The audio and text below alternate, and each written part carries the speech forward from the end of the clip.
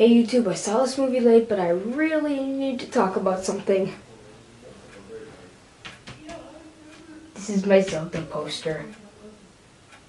Oh yeah.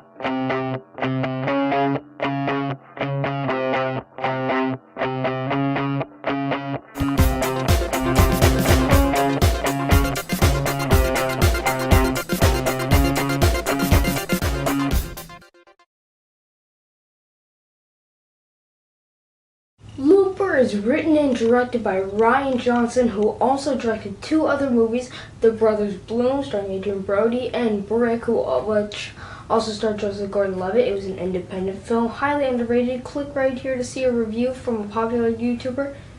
Yep, on the Zelda poster. I found it in this magazine, in my uncle's box of magazines. Alright, back to Looper. Looper was one of my most anticipated movies of the fall, along with Lincoln's, Skyfall, The Place Beyond the Pines, and the re-release of John Carpenter's Halloween. The trailers looked good. It was written and directed by Rian Johnsons, a great cast, everything. It looked pretty darn good. I'll get onto the performances in a sec, but I just want to talk about Rian Johnsons.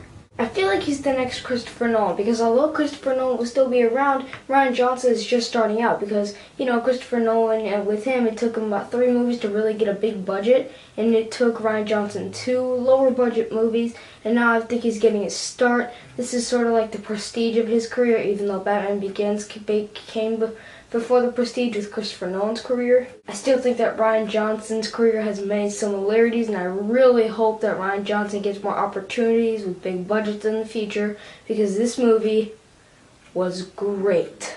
Looper is definitely one of the best movies of the year, up there with Prometheus, The Avengers, and The Dark Knight Rises. The performances were fantastic. You know, Bruce Willis, who always does great. You know, John McClane, Die Hard, Pulp Fiction, Moonwalker, I believe the show was called. I've not seen it. I probably should see that.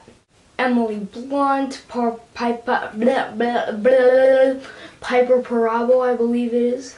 This little kid does such a good job. I mean, it was really impressive. Jeff Daniels is back, that one guy from Cowboys and Aliens. He was the son of Harrison Ford. Did a good job too.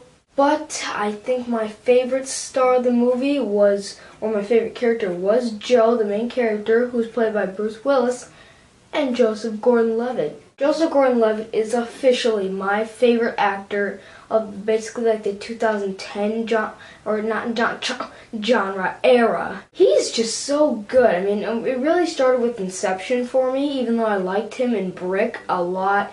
And then he was in 500 Days of Summer. 500 Days of Summer. He was also in 10 Things I Hate About You. That's what I was going to say. He was great in all those movies, but then, you know, he was in Inception, which was it's just one of my favorite movies. Then, you know, he had Premium Rush earlier this year, which was pretty good.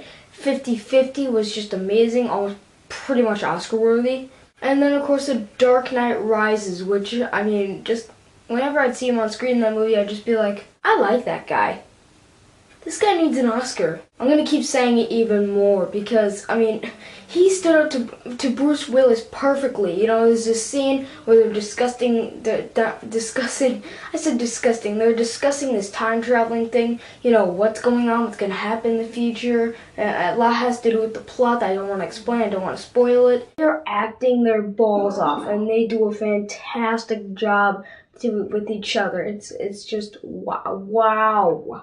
Rian Johnsons directs it really nicely. The cinematography is, you know, not I wouldn't really prefer it, but it is really cool. But what really makes me love this movie is the plot, the main plot, this whole Looper thing.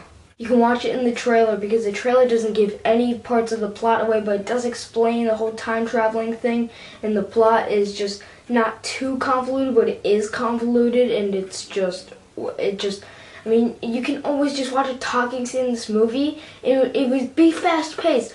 Fast-paced talking scenes. I love it when a movie can do that. The action sequences were pretty darn good. They were really intense. They really just got you just gritting your teeth. The makeup effects on Joseph Gordon-Levitt were, you know, pretty good. I mean, they weren't the best of him, but he did look like a different person. And there's this montage scene. Not gonna give anything away, but he's like transformed to Bruce Willis. Yeah, and you know, I'm just gonna say the part where he has long hair and it goes from JGL to Bruce Willis is a little silly, but after that, just fine. Now there are some problems in this movie. Yes, some problems with the subplots here and there. Some of the romances I didn't really get. Didn't understand how these two could love each other. You watch the movie, you'll understand. I'm not going to give away who it is because there are some female actresses in this movie, and you're just going to have to guess which one he falls in love with. The ending is superb. The plot is just twists and turns, all this time traveling stuff. There's this one particular scene with Bruce Willis. Not going to give anything away, but it involves action, yes. And it really reminded me of Die Hard. It is on my top 10 favorite Bruce Willis lists. Not only that, but it's one of my favorite movies of the year, and it is slowly becoming one of my favorite time-traveling movies. Not nearly as good as Back to the Future, but how could you compare the two? Because Back to the Future is more like an adventure comedy. This is more like just a thriller, an action film, or yeah, I would definitely say a thriller. So I'm actually giving Looper 4.8 out of 5 stars because that's how much I like this movie. I thought it was just near perfect, very well done. I really look forward to seeing Rian Johnson's work in the future. Thanks for watching this video. I really hope you liked it. If you want to leave a request down below, you can do that, especially you, Razman's Reality, because you gave me a shout out. Therefore, you can, request a video. So, thank you for watching.